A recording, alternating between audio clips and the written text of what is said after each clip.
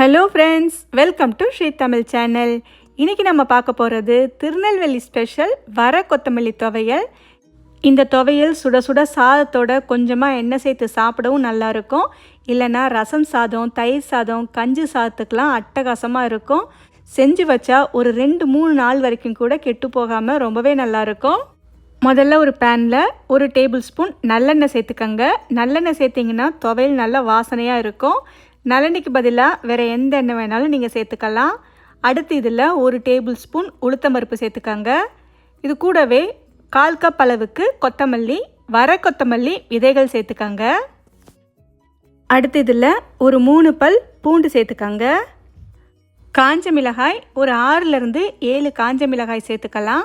மிளகாயோட காரத்துக்கு ஏற்ற மாதிரியும் உங்களோட காரத்துக்கு ஏற்ற மாதிரியும் மிளகாய் சேர்த்துக்கங்க.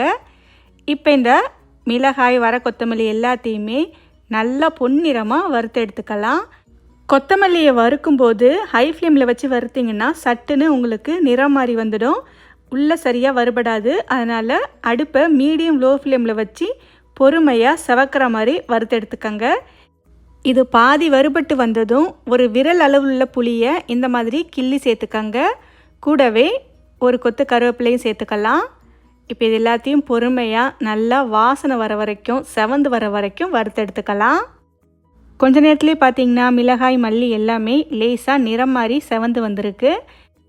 இந்தளவுக்கு மல்லி வறுபட்டு வந்ததும் அடுத்து இதில் ஒரு 1/4 கப்புக்கும் கொஞ்சம் கூடவே தேங்காய் சேர்த்துக்கங்க. தேங்காய் பார்த்திங்கன்னா 1/4 கப்லேருந்து 1/2 கப் வரைக்கும் சேர்த்துக்கலாம்.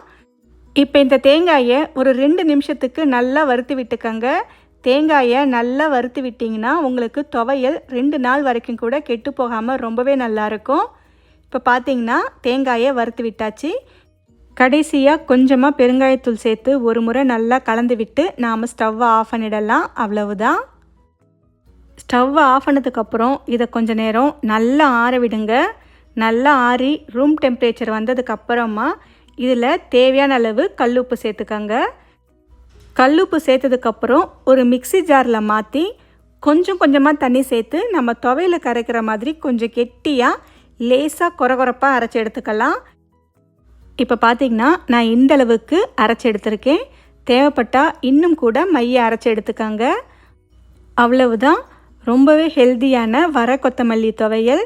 சூடான சாதத்தோட கொஞ்சமாக நல்லெண்ணெய் சேர்த்தும் சாப்பிட்லாம்.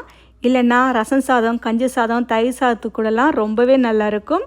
ஓகே ஃப்ரெண்ட்ஸ், இந்த ரெசிப்பியை உங்கள் வீட்டில் ஒரு முறை ட்ரை பண்ணி பார்த்துட்டு எப்படி இருக்குன்னு சொல்லுங்கள். இந்த ரெசிபி உங்களுக்கு பிடிச்சிருந்தா லைக் பண்ணுங்கள், ஷேர் பண்ணுங்கள். ஸ்ரீ தமிழ் சேனலுக்கு சப்ஸ்கிரைப் பண்ணுங்கள். தேங்க்ஸ் ஃபார் வாட்சிங்.